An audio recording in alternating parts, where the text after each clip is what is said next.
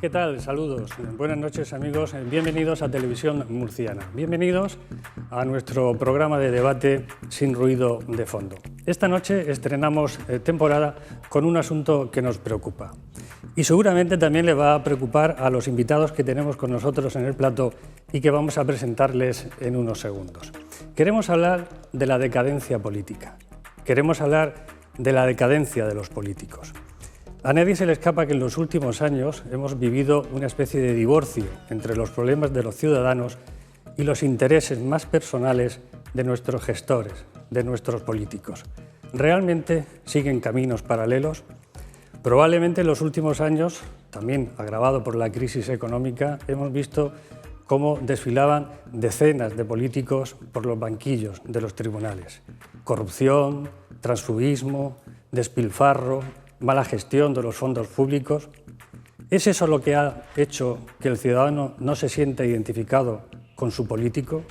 ¿Es eso lo que ha creado esa parte decadente de la política que nos podría llevar incluso a un colapso social, a un colapso si no respetamos las instituciones? ¿Es esto lo que ha provocado la irrupción de fenómenos como el populismo, como los extremismos?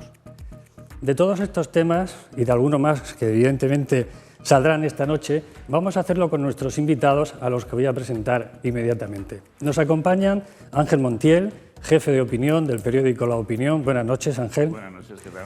Nos acompaña también Piti Alarcón, periodista, ha sido responsable durante mucho tiempo del Centro Territorial de Televisión Española en la región de Murcia. Buenas noches y gracias por estar con nosotros. Gracias. Nos acompaña también Juan Ramón Calero. Buenas noches. Buenas noches. Abogado, político, presidente del Partido Popular hasta el año 1993, diputado en el Congreso en la etapa de Manuel Fraga.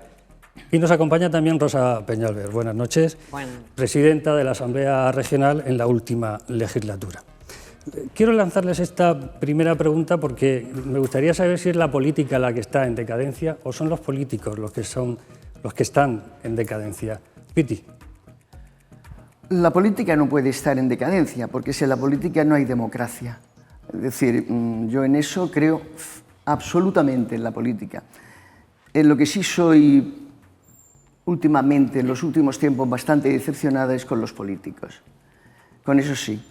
Porque no quiero ponerme nostálgica, en absoluto, pero yo que viví la transición democrática en Madrid y vi el estilo de los políticos de entonces, en una época enormemente difícil para este país, me permito tener una cierta envidia de aquellas actitudes y de estas actitudes. Así es que no creo que la política esté de moda en absoluto, porque sin ella no podríamos tener una democracia.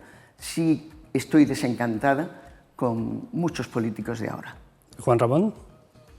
Bueno, yo creo que a lo largo de la historia de la democracia española, que yo la he vivido desde el principio, se ha planteado en muchas ocasiones el problema de la desafección, de la falla tectónica entre la sociedad y los políticos.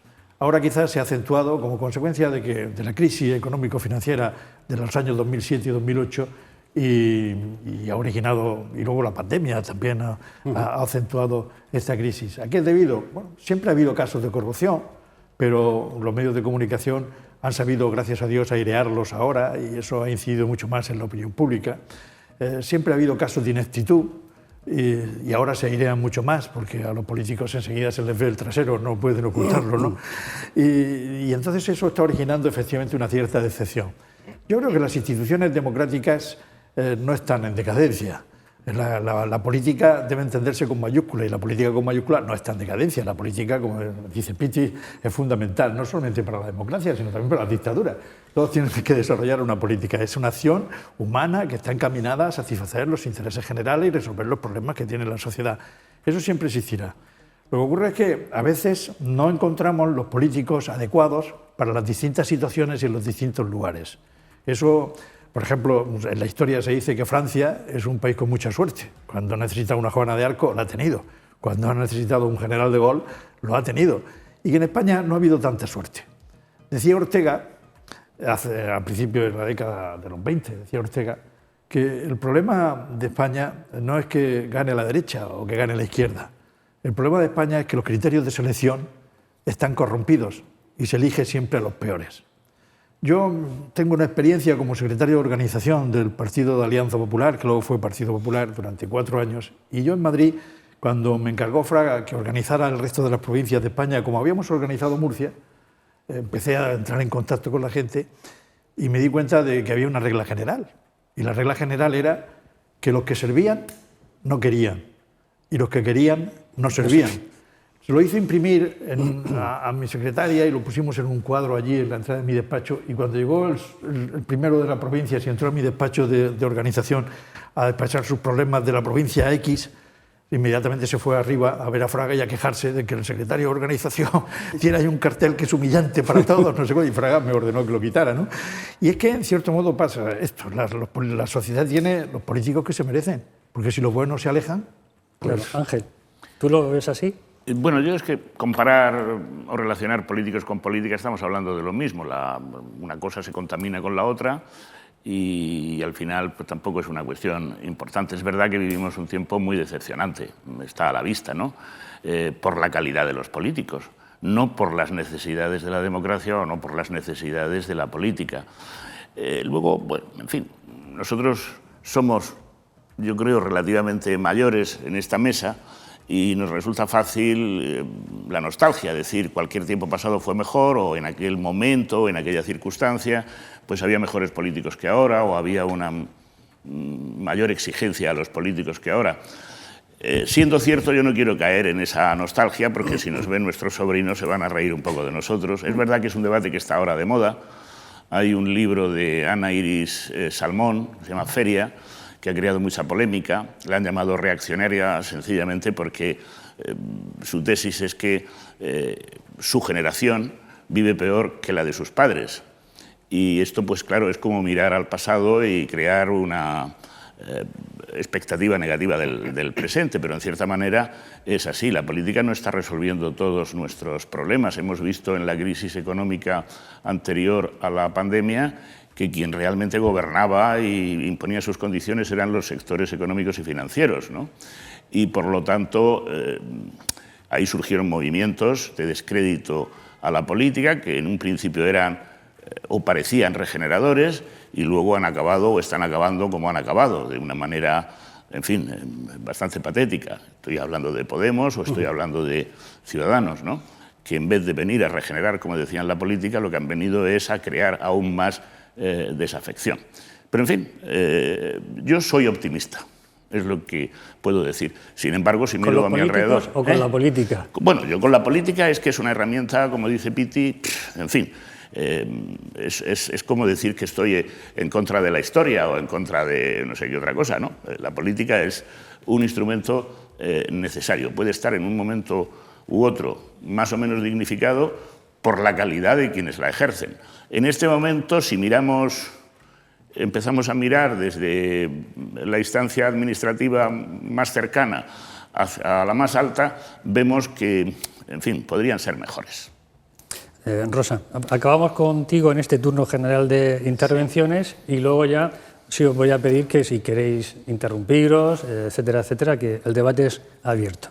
Sí, en esta primera ronda yo también estoy de acuerdo con ellos en que no se trata tanto de la decadencia de la política. La política al final es la forma que nos hemos dado para organizarnos, para entendernos, para avanzar. Por lo tanto, yo no creo que haya una decadencia política, aparte de que mal estaríamos si eso fuera así, porque es que la necesitamos. Si no, tendríamos que resolver las cosas como, yo que sé, a palos o a mamporrazos.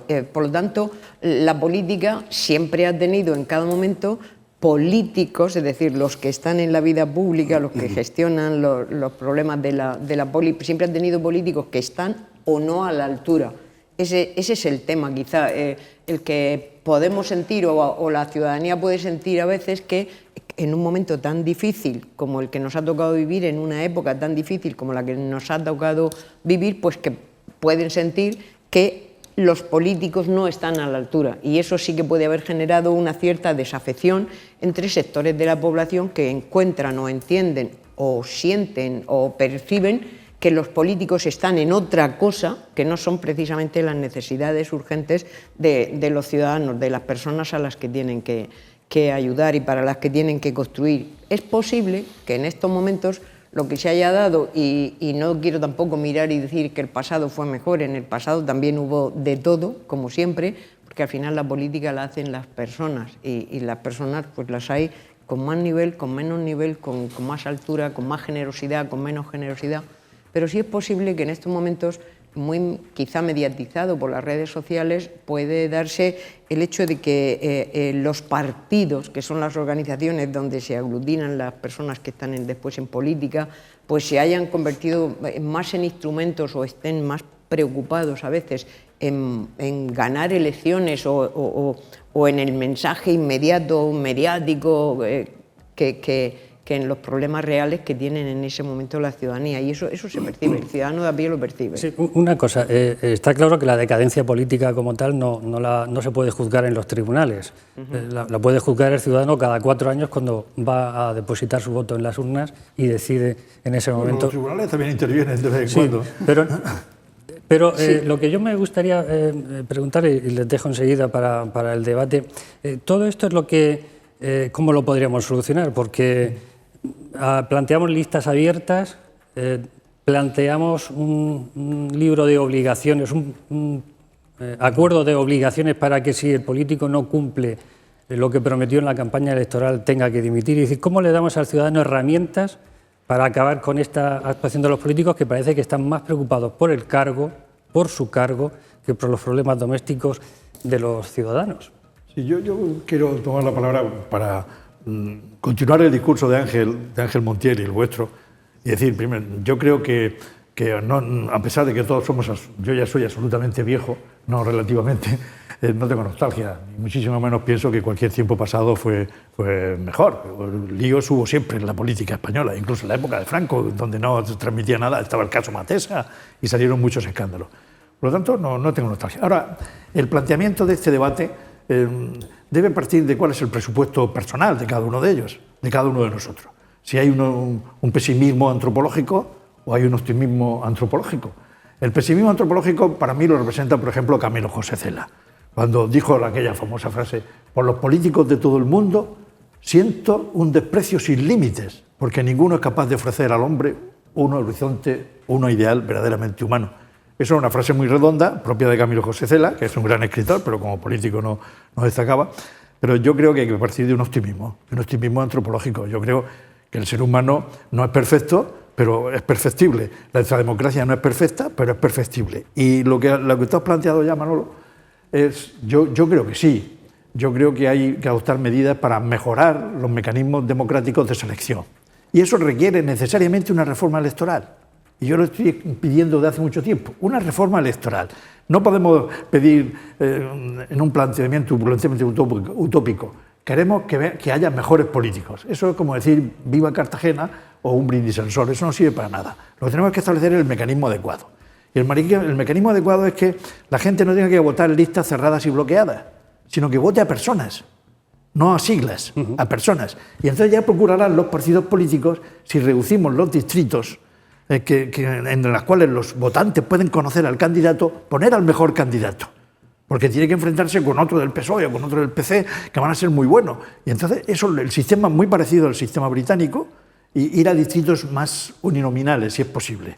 Eso no lo quieren los partidos, porque el sistema electoral español es preconstitucional, se estableció antes de que se aprobara la Constitución, y favorece muchísimo a los partidos políticos, que tienen un enorme poder, el poder de hacer las listas y el de convertir en lacayos a los electos. Si te mueves no sales en la foto. Entonces, con eso hay que acabar. Tenemos que conseguir que nuestros concejales y nuestros diputados y nuestros senadores sean personas que valgan por sí mismas, no por la sigla que les ampara. Y eso, con los distritos más reducidos, se podría conseguir. Y no quiero monopolizar. Antes Ángel ha dicho algo que es que además está ocurriendo, y que los nuevos partidos que llegaron parecía que nos iban a arreglar la sociedad, iban a ir contra la corrupción, iban a luchar contra todo, íbamos a vivir en el mejor de los mundos. Me estoy refiriendo a Ciudadanos y a Podemos. Resulta que desde que ellos surgen, yo sé que esto no va a gustar a muchos que me oigan, pero desde luego yo no he visto que la política mejore. yo no he visto que el talante mejore, yo no he visto que la actitud de unos con otros mejore. Y yo digo, tú que eres político, y bueno, estamos aquí para... A mí, por ejemplo, me gusta lo de la segunda vuelta. Sí, A mí me parece que lo de la segunda vuelta quizá evitaría el que al final el partido que gana las elecciones o que no gana las elecciones, pero que puede gobernar y que entonces se alinea, pues como ha pasado en Murcia, con cualquiera, se alinea con cualquiera, le da igual de dónde venga, si han pegado una patada a la democracia, si no les da igual. Pues yo digo que una segunda vuelta, como ocurre en Francia, que resulta que puede estar muy justa la primera vuelta y dices, va a ganar Jean-Marie Le Pen las últimas elecciones. Y de pronto los analistas franceses decían, no, Francia no va a permitir eso, no va a ganar Jean-Marie Le Pen. Y efectivamente no ganó Jean-Marie Le Pen. Yo creo que quizá, abundando en lo que tú acabas de decir, habría que ir a cambiar el sistema electoral. Y a mí, que no soy una experta en esto ni mucho menos, pero me parece que quizá la segunda vuelta podría evitar este conglomerado quizá de partidos para gobernar, etcétera, etcétera. Lo siento, Piti, pero creo que las cosas no van precisamente por ahí, por lo menos en la región de Murcia. En la región de Murcia vamos a ir a cambiar la ley electoral precisamente para lo contrario de lo que tú dices, para achicar todavía más el espacio de representación política y afianzar más a quien toma la iniciativa, que en este caso es el partido que gobierna.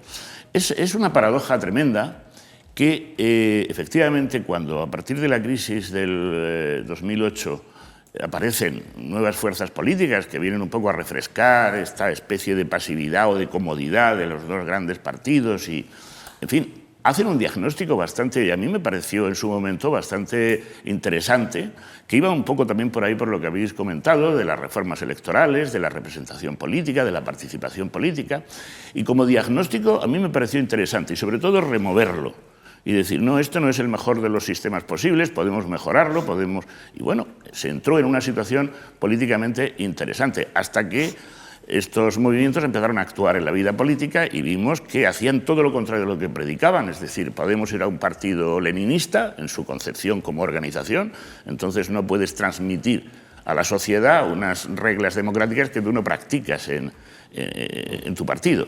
No digamos Ciudadanos, donde no había un solo nombramiento por elección, o se fingía, era todo a dedo, hecho desde una sede mágica que hay en Madrid, donde todo lo hacían. Y mientras tanto, efectivamente estos grupos habían conseguido transmitir al principio a la sociedad la sensación de que había que mejorar el sistema político, en Murcia, pues después de tener un presidente no sé cuántísimos años, de pronto tuvimos 3 en casi 2 años. De pronto teníamos un presidente cada año de la comunidad y luego elegidos a dedo. Y luego el siguiente presidente que era de la comunidad y del partido, pues hacía una ficción de congreso y salía elegido. O salía elegido en una junta directiva, en un órgano interno del partido. Yo, por ejemplo, creo, a lo mejor me equivoco, que el único congreso democrático verdaderamente abierto que se ha realizado en el Partido Popular de Murcia fue precisamente en el que participó el señor Calero, con la desgracia de que perdió en su momento, la desgracia para él. Hubo otro anterior también democrático, sí, que gané. Bueno, a Juan Canova, pero yo recuerdo ese congreso en el año 93, que era un congreso abierto, donde el presidente y el vicepresidente del partido se enfrentaron sin ningún tipo de problema y del que el partido además salió fortalecido, porque luego pues, se reubicaron las personas que habían apoyado a Calero y luego ganaron las elecciones. Es verdad que porque venía esa temporada para el PP, es cierto, pero no hubo trauma. Ahora, en este momento que va a haber un congreso del Partido Popular en Murcia después del Nacional, el mensaje que están dando continuamente desde el aparato del partido y desde el gobierno es que unidad, unidad, unidad, unidad. Parece que tuvieran miedo a la discrepancia. Oiga, unidad será después de hacer un congreso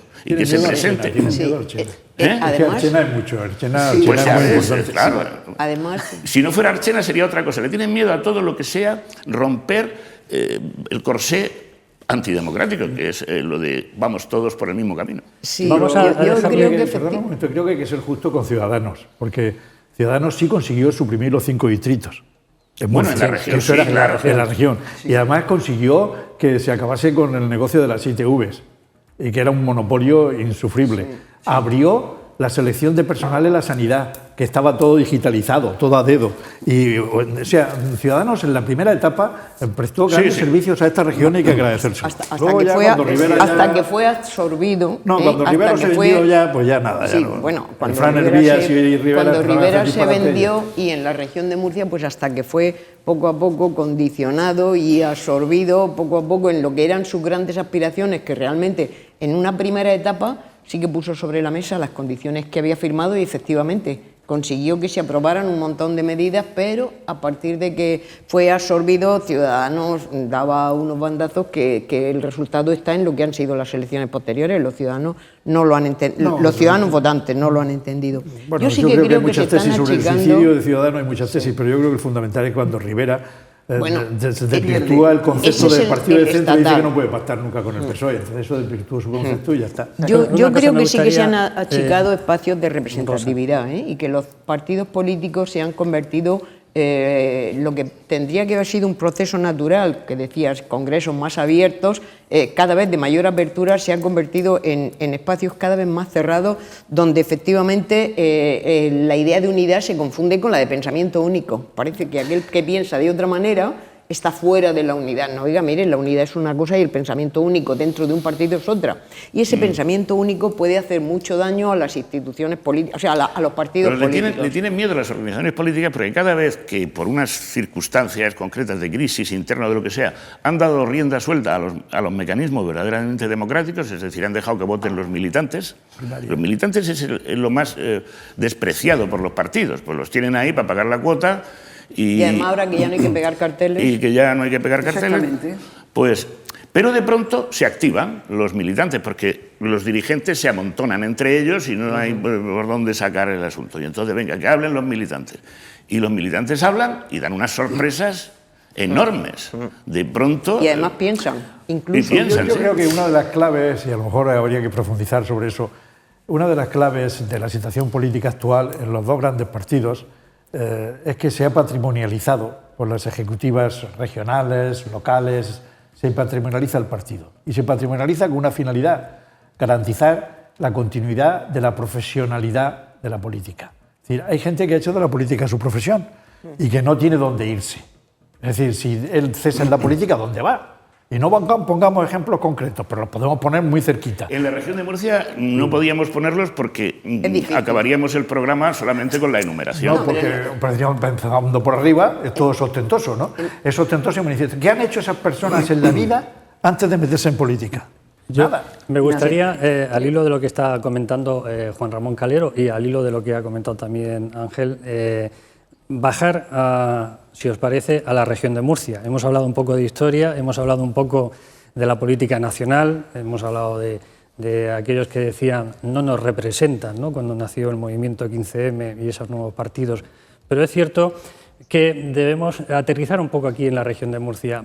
Comentaba Montiel de esa ley, por ejemplo, del presidente, que se ha aprobado y que ha tenido sus más y sus menos en la Asamblea Regional para, de alguna manera, desbloquear la limitación de mandatos del presidente de la región de Murcia. Esto parece que ayuda poco a ese apego del ciudadano con el partido, con el político que lo representa, cuando está viendo que se aferra continuamente al poder. Y si no, pacta con otros diputados que dejan su partido y entonces coquetean con el transfugismo. Es decir, estamos dispuestos a todo para mantenernos... Coquetean no, se hacen tráfugas abiertamente. Se hacen tráfugas abiertamente. Es decir, como decía Miguel Romero, yo no me vendo, tranquilo. Bueno, pues en cualquier caso, seré tráfuga. Estamos en esa línea porque evidentemente parece que aquí nadie quiere dejar el cargo, es el poder por el poder. Bueno. Yo creo que tampoco nadie está obligado a dejar el cargo, claro. Otra cosa es el interés legítimo de un político por permanecer, por seguir trabajando, por seguir ganando elecciones y tal, pues yo no tengo nada en contra. Lo que sí tengo es que las leyes se adapten al político correspondiente, como ha sido el caso en esta legislatura en la Asamblea Regional. Es decir, aquí no me puedo presentar a las próximas porque he cumplido mi plazo de tope electoral, pues cambiamos la ley, no pasa nada. Y la cambiamos y entonces ya como Putin que ya se puede presentar hasta que quiera. No hay Esa ninguna reforma la hizo limitación. Alberto Garre. La reforma la hizo Alberto Garre estableciendo el límite de la presidencia y fue saludado por la opinión pública murciana. Yo soy opinión pública, yo soy de base pura y dura. Y fue saludada como una medida democrática que saneaba mucho la política de esta región. Y luego viene la reforma López Miras. Porque claro, lo mismo que la guerra de Ucrania es la guerra de Putin, la reforma esa es López Miras. Sí, sí, y López Miras dice, yo no puedo presentarme en una interpretación literal de esta ley a las siguientes elecciones. Luego, adáptese la ley a mí. Y yo le pregunto a los del PP, no a López Miras, porque es lógico que él quiera. Sí, sí. Yo le pregunto a los militantes del PP, ¿tanta valía tiene el liderazgo de López Miras como para hacer este atentado a la democracia de cambiar una ley y ajustarla a su medida? Es un líder tan inmarcesible, está tan lleno de ideas, de programas, de propuestas ilusionantes para la vida en común, como para hacer una reforma legislativa. Y cuando me contesten a esa pregunta podré opinar. Incluso es un líder ganador, ¿no? Es un líder ganador que os lleva a mantener con estabilidad y con seguridad el gobierno de esta región. Siempre que haya tráfugas se puede mantener. Y no solo eso, se cambia, y es el cambio, el Partido Popular, el mismo Partido Popular que ha firmado esa ley la vota en contra 2 o 3 años después y la cambia. O sea, Sí, la jurídicamente cambia, pues y la y inestabilidad han que eso querido genera en introducir los 5 derecho. distritos otra vez, ¿eh? Sí, y eso Para que iba, hayan a eso frenado, iba, porque ya la Juan opinión Ramón, pública- que lo siguiente es, y como no me conviene el 3%, me voy al 5%, y los no, distritos al 5%. tampoco me convienen. Es decir, se cambian las leyes en un periodo de 2 años o 3. Todo Se gira, cambia además. todo. Una cosa y su contraria. ¿Alguien cree que jurídicamente, políticamente, eso da estabilidad a esta región? ¿Eso es bueno para esta región? No solamente eso, es que durante todo el espectro político parlamentario está pendiente a lo largo de esta legislatura, que también de paso, no de las danas, del Mar Menor, de la pandemia, de la guerra y de lo que venga después. Estos son pequeños episodios en medio de los cuales hay que filtrar 2 cosas importantísimas. Sí. Una, el cambio de la ley del presidente para que yo pueda presentarme a las elecciones, Sí. y el cambio de la ley electoral para evitar que ciudadanos de determinadas zonas de la región, que puede ser el noroeste, el altiplano, Pueda Mula, colocar etcétera, diputados. se queden todos los votos por ahí en algún sitio y no sean representativos de la ciudadanía, de lo más amplio espectro de la ciudadanía. Y eso lo tolera un partido. Y toda esta legislatura estamos pendientes de esas 2 leyes, de manera que no se vaya a enfadar Mabel Campuzano y cuando llegue el momento en septiembre de votar el cambio de la ley electoral, pues me vote en contra. Y entonces, como me falta un voto, pues esto se viene abajo y entonces va a ganar Vox. Bueno, pues entonces, que no se me enfade no sé quién. Oye, ¿has visto si fulano que estaba en el váter ha vuelto o ha cogido el coche y se ha ido a su casa porque hay que votar? Esto es un disparate. Eso es un secuestro del Ejecutivo por parte de 2 o 3 diputados tráfugas. Sí, Vosotros pero- Así de os habéis claro. dedicado a la política activa. ¿En la política es posible la lealtad? Porque a mí eso me deja asombrada. Es Bueno, decir, costosa ¿en es, la pero política posible puede sí. existir la lealtad? Hay varias reglas que Costosa dicen es. que no, porque por ejemplo dicen, una de las reglas que se usa en el argot político es, en la política no hay delfines, solo hay pirañas. Esa es la primera regla. Estás duro, y estás la duro. la segunda regla, pues yo creo que viendo la película El Padrino, se aprende mucho. Normalmente te traicionan con una sonrisa y te dicen, no es nada personal, yo te quiero mucho, es cuestión el de negocio. negocio. Es cuestión de negocio. O sea que es muy difícil que en la política encontrar verdaderas lealtades. Yo me vais a ¿sabes? permitir... Yo quiero matizar sí. a lo que ha dicho Juan Ramón, que tampoco, claro, yo estoy de acuerdo contigo porque es la práctica lo que vemos, ¿no? Pero tampoco hay que considerar deslealtades, actitudes críticas, que quien tiene el poder suele titularlas así y suele liquidarlas. Hay un justo medio en estas cosas, que es la lealtad, pues que no es lealtad, porque voy yo primero y si tú das un resbalón me pongo yo. Y luego está también que a veces pues la lealtad, para ser realmente leal, hay que hacer una crítica Sí, profunda. lo que le ha pasado a Pablo Casado. Pablo Casado ha tenido deslealtades, pero también ha tenido gente que se ha dado cuenta que era un disparate lo que estaba haciendo. Y en ese momento eso no se puede calificar como una deslealtad. Eso Claro. se ha visto muy recientemente. Pero yo creo que además del problema de la profesionalización, también tendríamos que ahondar en otra cosa que no se habla mucho de eso. Y es que en la política quizás esté tan mal por la existencia de clientelas. Ese es el problema. Los partidos crean clientelas y esas clientelas son el soporte del poder del político. porque esas clientelas están defendiendo su pan de todos los días, porque es el director general. Entonces habría que convencer a la sociedad de que los cargos políticos no solamente no son vitalicios, sino que tampoco son hereditarios, porque uno se va y coloca a su hija de concejal o coloca a su hija de directora general. Eso habría que acabar con eso también. Y para eso, profundizando un poco más, yo sostengo que en España ha habido una transición política, pero no ha habido una transición psicológica. Hay gente que se considera que el poder les pertenece por derecho propio y por lo tanto cualquier otro que venga lo considera una revista y hay que expulsarlo de la vida política. El poder pertenece a determinada casta, empleo la expresión típica de Podemos, y esas no se quieren mover. Y entonces cuando yo me voy dejo a mi hija o a mi hijo. Cuando se va el señor Iglesias deja a su mujer. O deja una amiga en este caso.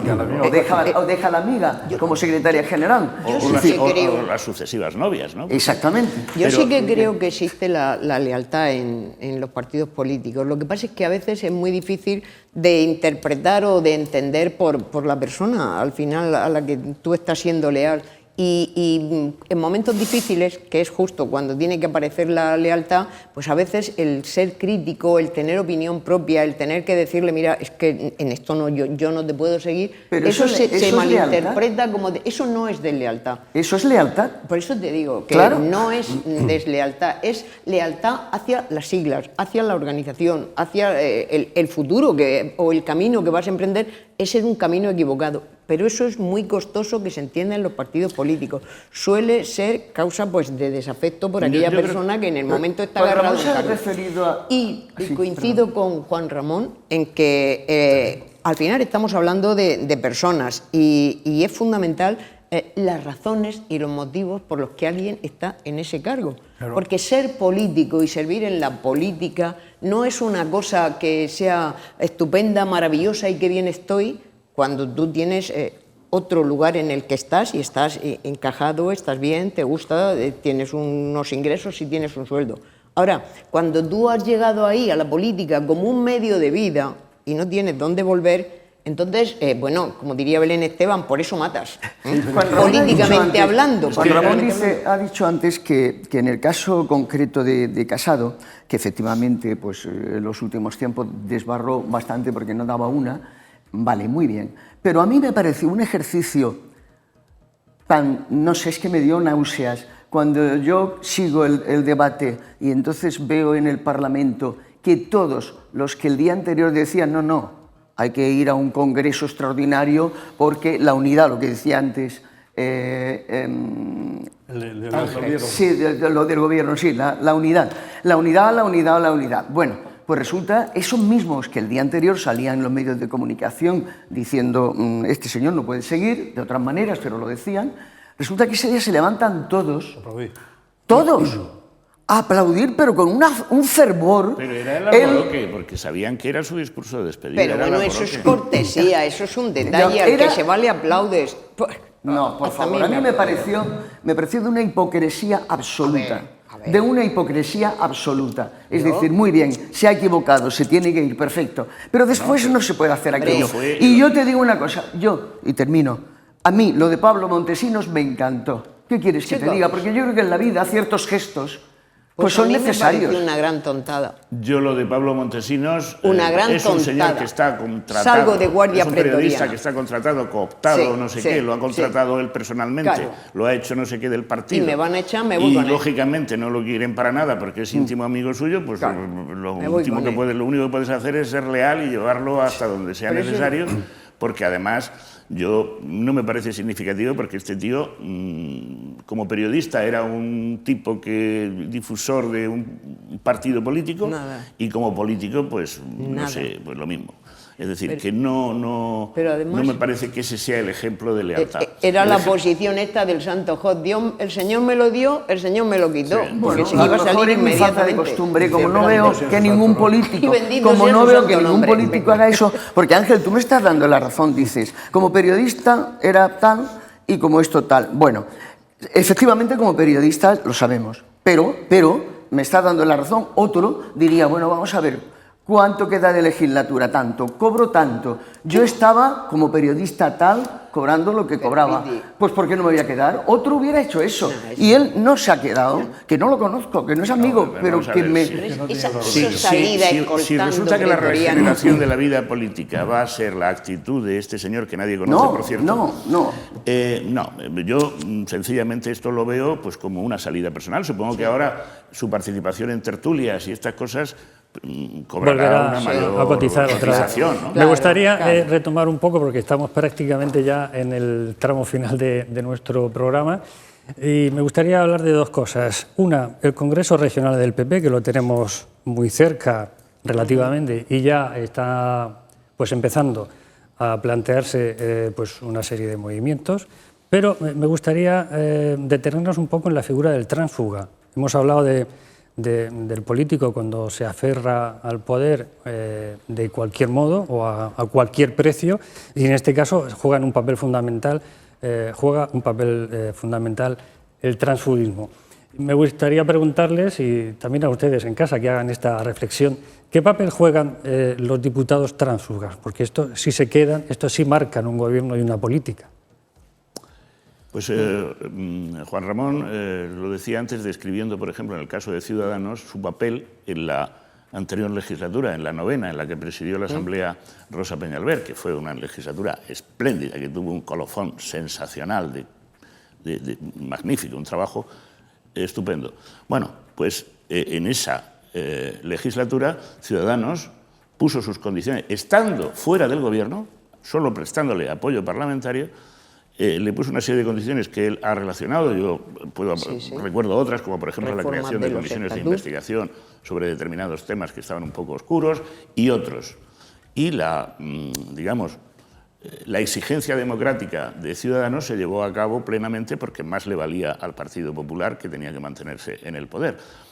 Cuando pasamos a la siguiente fase y Ciudadanos tiene otra cara, sigue resultando decisivo para gobernar, pero ya no es exigente, sino es acomodaticio, pues ya pasamos a otra fase de absoluta decadencia, en la que, pues al principio se finge incluso que hay un pacto de exigencias, cuando en realidad lo que habían apuntado, lo que habían firmado para cambiar la ley del presidente era precisamente ampliar los mandatos del existente, y ya está. Y entonces, cuando hay una crisis y hay que reposicionarse, pues en lugar de mantener tu posición en un partido concreto y el compromiso que has establecido con la sociedad, pues dejas los fingimientos y te vas con el partido mayoritario.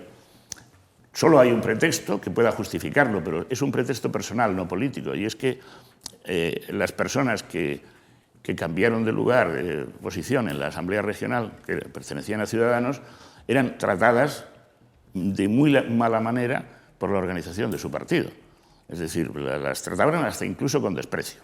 Entonces yo puedo pensar que si efectivamente en un momento determinado, pues oye, me ha tratado de mejores maneras el presidente de la comunidad, o desde el Partido Popular me tratan mejor que desde el mío, y encima te quieren echar, pues hombre, pero a lo mejor cuenta. No, pues esto estoy diciendo, que puede tener una explicación en lo personal, pero desde luego no en lo político, porque en lo político tú representas pues un fragmento de sociedad que la has decepcionado, te has ido con los otros. Ya no te presentaste a las elecciones con un programa y ahora estás reproduciendo el programa del otro.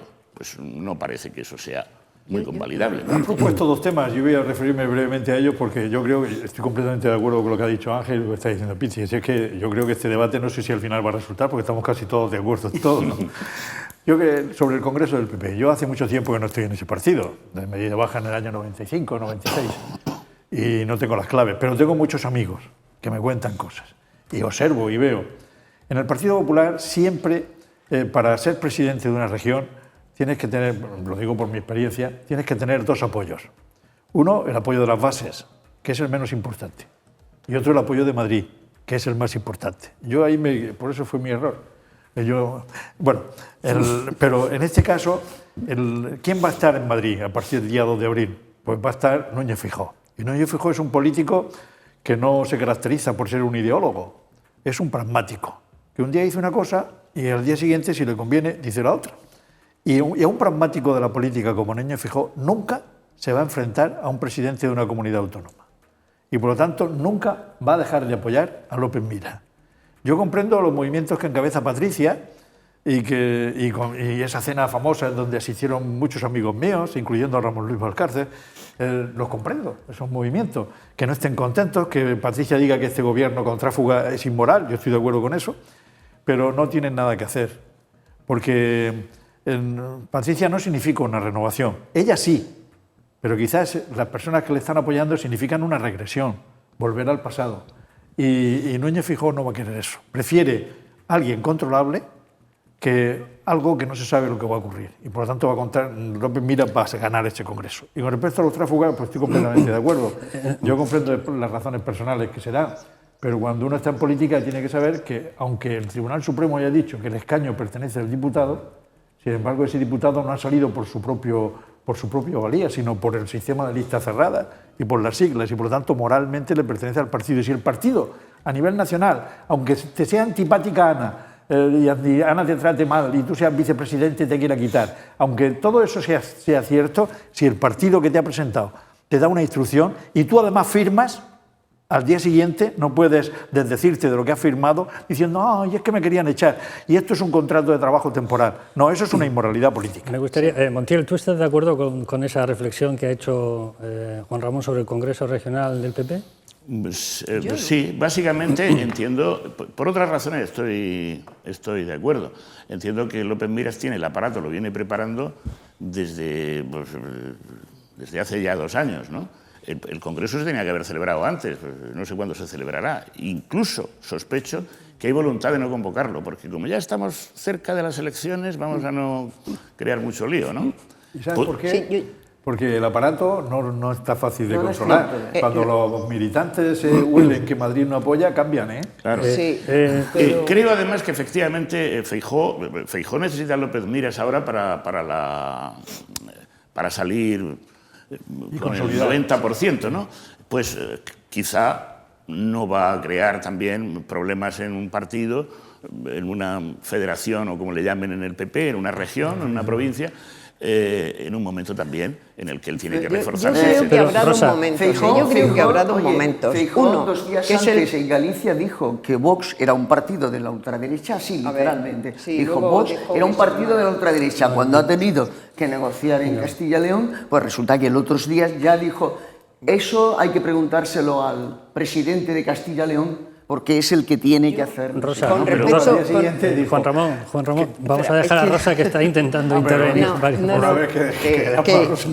Con respecto al Congreso, 2 cosas. Con respecto al Congreso del PP, yo sí que creo que es muy difícil que efectivamente no apoye a López Miras, pero yo creo que va a haber 2 momentos. Uno ahora, donde a Feijóo le interesa tener a Murcia al lado de él, por supuesto, faltaría más, y eso lo controla el aparato de aquí, el aparato de López Miras, y irá al Congreso y los apoyará y le aplaudirán con todo, pero puede haber otro momento más adelante cuando haya que tomar decisiones definitivamente, porque es verdad que es un pragmático, pero es un gallego, y es de los de depende.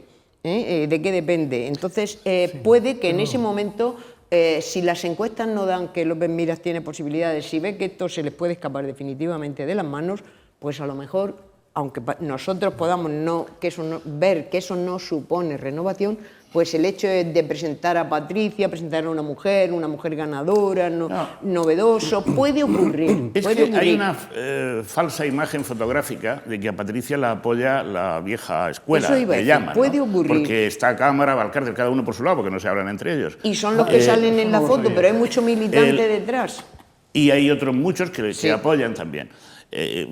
Claro, Patricia con Valcárcel, pues la gente dice, bueno, si la apoya Valcárcel ya no tiene ni un solo voto. Valcárcel lo que ha recuperado ahora es interlocución. Sí. Porque ahora Feijóo va a resituar un poco a los rajoyistas y eso significa que se abre un espacio de interlocución para Valcárcel y gente como él.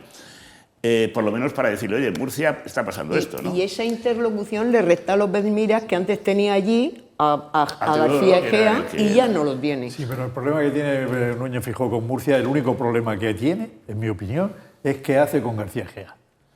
Porque García Egea tiene que dar una salida. Yo creo que van a intentar meter en Europa a Casado. ¿Qué salida le dan a este hombre? No, ¿A la Asamblea Regional? Claro, pero es que no eso tiene salida fácil porque, digamos que Teodoro en este momento es un personaje odiado por el partido.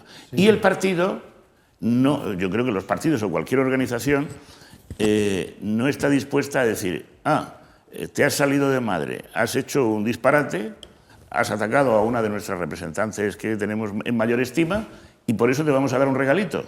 Chico, con tus 35 años te vas a tu universidad o donde tengas tu trabajo, que él lo tiene, y aquí paz y después gloria, bastante daño nos has hecho. Esto son cosas que yo he escuchado en el entorno del Partido Popular. Claro, es que solamente estamos hablando, se ha planteado lo de las parejas, en este caso lo de Patricia y Ramón Luis y Valcárcel, ¿no?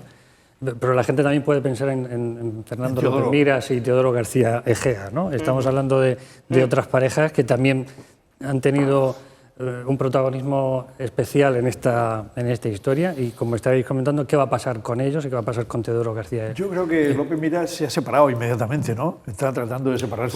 Fue a Cieza allí a su pueblo a decir... A enterrarlo. Sí. Esta matica no echó. Sí, ahora aclamarán todos y estarán detrás de Feijóo, por supuesto, pero yo creo que las decisiones sobre quién y cómo puede que se tomen más tarde de lo que a López Miras le gustaría que fueran ahora. Porque no está dispuesto a perder comunidades. El Congreso, como tú dices, lo va a ganar López Miras, y lo contrario sería una sorpresa muy grande, pero va a ser significativo el porcentaje que obtenga Patricia. No creo ni que se presente. Sí. ¿Se presenta? Yo creo que se presenta, vamos. Yo no la conozco personalmente, me han dicho que es una mujer de mucha valía, pero yo no lo sé porque los no estoy indicadores en su cabeza. Es que sí, porque ha empezado a salir en medios, ha empezado a decir cosas que nunca había dicho, como por ejemplo que el gobierno regional no le gusta a nadie y que hay personas que se sientan allí que no se sentarían en otras condiciones. Es decir, ha empezado a estar en una exposición pública más allá de Archena, que era su reducto. Yo creo que, y yo creo que está trabajándoselo. Yo la conozco también poco, pero yo creo que es una mujer que tiene fuerza, fortaleza y que, aunque ella no haya dicho nada de manera explícita, sí ha dejado que se suponga. Hombre, y por lo tanto que ella colgó en redes con Núñez Feijóo. En fin, esas cosas son... Pero de todas maneras, creo que efectivamente, de cara al futuro inmediato, si ella en ese congreso saca un 15%, pues no hay nada que hacer. Pero si saca un 25%, por ejemplo, un 20 o 25%, o un 30%, si saca un porcentaje significativo, hay que contar con ella. Bueno, yo saqué el 46% en el Congreso que perdí y no contaron conmigo para nada. Pero seguramente porque no te pusiste a tiro. Porque estaba... a lo mejor todos los que te acompañaron en la aventura se pusieron a tiro. No tenías que ir a pedir el asiento, tenías un trabajo... Procuré no hacerle daño. También las circunstancias eran diferentes. Eran otros tiempos que... Sí. Hay una cosa que también me gustaría incorporar a este asunto, y es que no solamente, por lo que parece, ¿no? Que no solamente detrás de esta posible candidatura de Patricia al Congreso Regional hay más voces que se podrían levantar en este sentido para presentarse, pero que hay un tejido también social, no solamente en la parte del militante de base, ¿no? El afiliado, el que podría respaldar esta candidatura alternativa, sino que hay una corriente también social o empresarial o social, es decir, que también hay una parte de la sociedad que parece que también estaría viendo con buenos ojos que sería el momento de dar un giro a todo esto. Yo no lo percibo por ningún sitio, porque los representantes sociales... No los oficiales sociales. Bueno, pero es que, claro, sí, uno puede hablar con determinados empresarios por aquí y por allá y escúchalo, pues, en fin, lo que suponemos que se escucha. Pero ahí están las organizaciones empresariales y más plegadas al poder que están. No, están en fase paz de amor. Yo eso tampoco lo veo. Lo que sí, pues tú te refieres a un cierto movimiento social de opinión. Pero ese movimiento social de opinión, yo creo que el Partido Popular sabe compensarlo perfectamente diciendo que lo importante ahora es la unidad, que si no va a ganar la izquierda. Y bueno, ese es el mensaje que van a lanzar. Que vienen los comunistas. Claro, tú vas a un pueblo y a lo mejor en Abarán te dicen, sí, pero a lo mejor esta renovación sería conveniente y tal. Oye, no dividamos, que como dividamos, resulta que va a ganar la izquierda. Y claro, el votante, no el militante, el votante del PP, que es el que puede generar esa opinión, lo que le tiene miedo es a que gane la izquierda. Y si le dicen que la división favorece que gane la izquierda, pues no se va a dividir. Es que un congreso no es dividir, un congreso es unir. Y veníamos hablando de las cosas que hay que cambiar en la cultura política, y esa es una. O sea, los partidos tienen que ser democráticos, porque si no eres democrático en tu casa, ¿cómo vas a serlo fuera? Entonces, los partidos tienen que ser democráticos.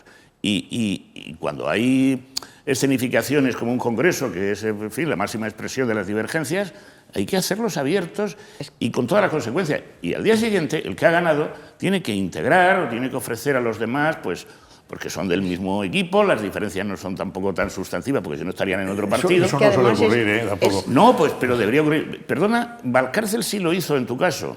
Por ejemplo, a ti te apoyó, por ejemplo, Alberto Agarre, y lo hizo al poco, cuando ganó las elecciones, lo hizo portavoz del grupo parlamentario. No fue así.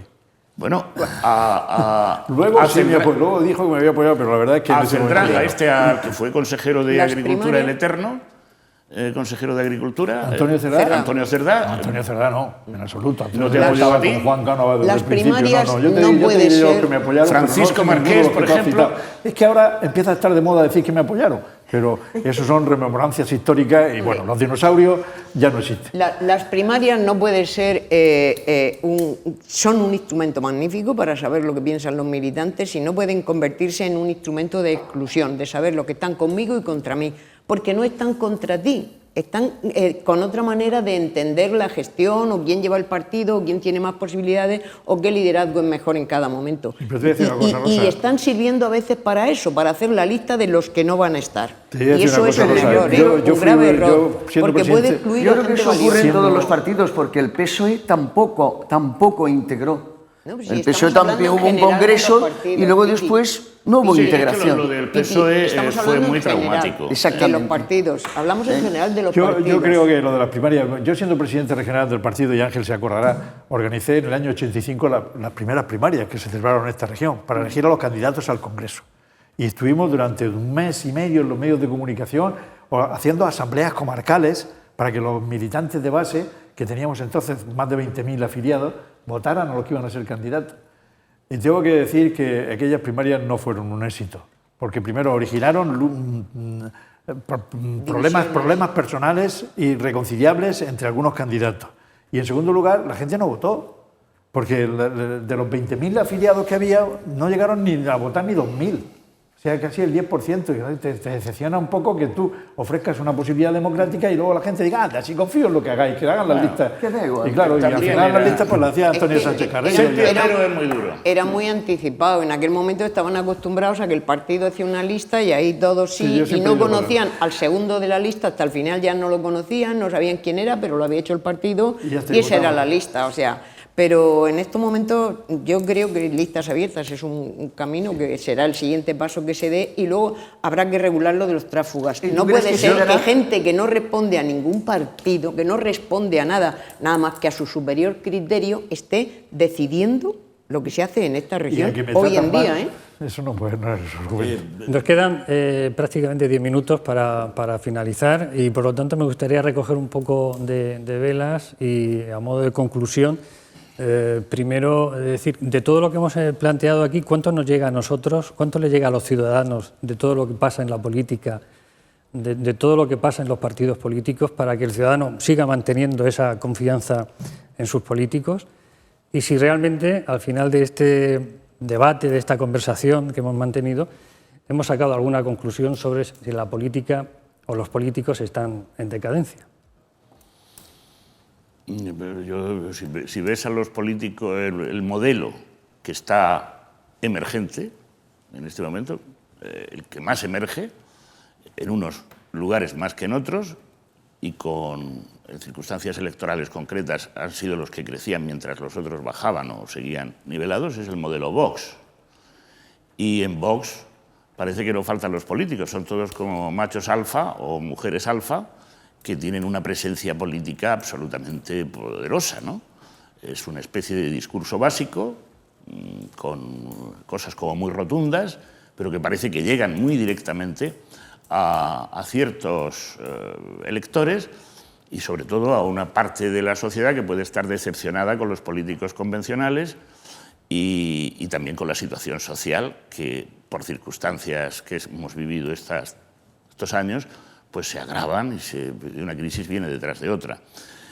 Ahí el modelo Vox presenta, con independencia de sus órganos de partido, si es más democrático o no, presenta un modelo muy potente para un sector del electorado que está desencantado de unos políticos blandiblue, que ve que se pelean entre ellos, que no se organizan democráticamente y que además pues ya los conocen y están como muy vistos. Por lo tanto, cuidado, porque está surgiendo frente al desastre un poco de lo que es la organización interna del sistema político, están surgiendo este tipo de políticos macho man, que lo tienen todo clarísimo y que trasladan esa seguridad al electorado. Me gustaría, nos quedan 3 minutos, o sea, voy a pedir máxima brevedad, yo por favor. simplemente confío en que Vox tenga mucho voto prestado, es lo que yo quiero pensar o lo que deseo, que tenga mucho voto prestado y que las cosas cuando vuelvan, que yo espero que PP y PSOE retomen unas relaciones normales entre el primer partido de la oposición y el partido de gobierno, pues ese voto prestado se vaya al lugar en el que yo creo, de donde procede. Yo creo que los españoles en general y los murcianos en particular necesitamos un proyecto que nos ilusione. Y ese proyecto, en mi opinión, ahora mismo a nivel nacional, es la reforma de la Constitución. La reforma que nos integre a todos los españoles en esa gran labor. Y una de las reformas que hay que hacer es la de la ley electoral. Esa ley electoral puede permitir el saneamiento de la vida política española.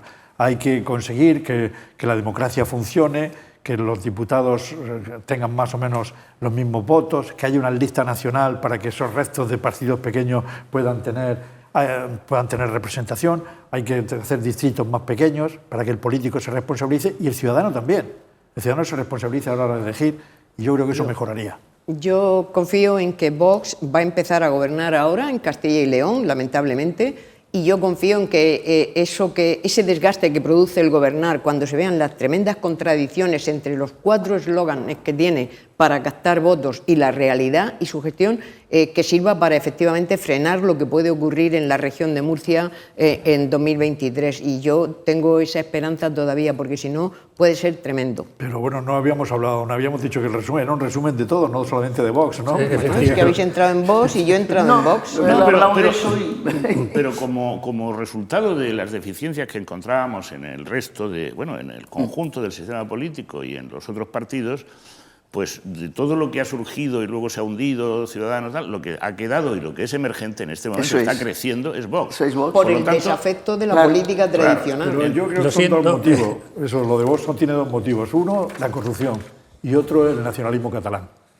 Conforme ha ido incrementándose los conocimientos de la corrupción y conforme ha ido haciendo disparates el nacionalismo, Vox ha ido creciendo, porque Vox estuvo muchos años no saliendo ni siquiera en las encuestas. Me van a permitir, pero estamos ya fuera de tiempo. Les animo a que sigamos debatiendo, también en las redes sociales, por supuesto, este debate tiene que seguir generando. Hasta aquí nuestro primer programa de debate sin ruido de fondo en esta nueva temporada. Queríamos hablar de decadencia política o decadencia de los políticos. Creo que aquí se han planteado muchos aspectos relacionados con este asunto y también esperamos que en casa hayan tenido ustedes, se haya arrojado un poquito de luz para reflexionar sobre este asunto. Les esperamos la próxima semana con otro asunto importante y con otro grupo, con otro elenco de invitados tan importante como el que hemos tenido esta noche y al que doy las gracias a Ángel Montiel, Piti Alarcón, Juan Ramón Calero y a Rosa Peñalver. Buenas noches y que pasen un feliz día.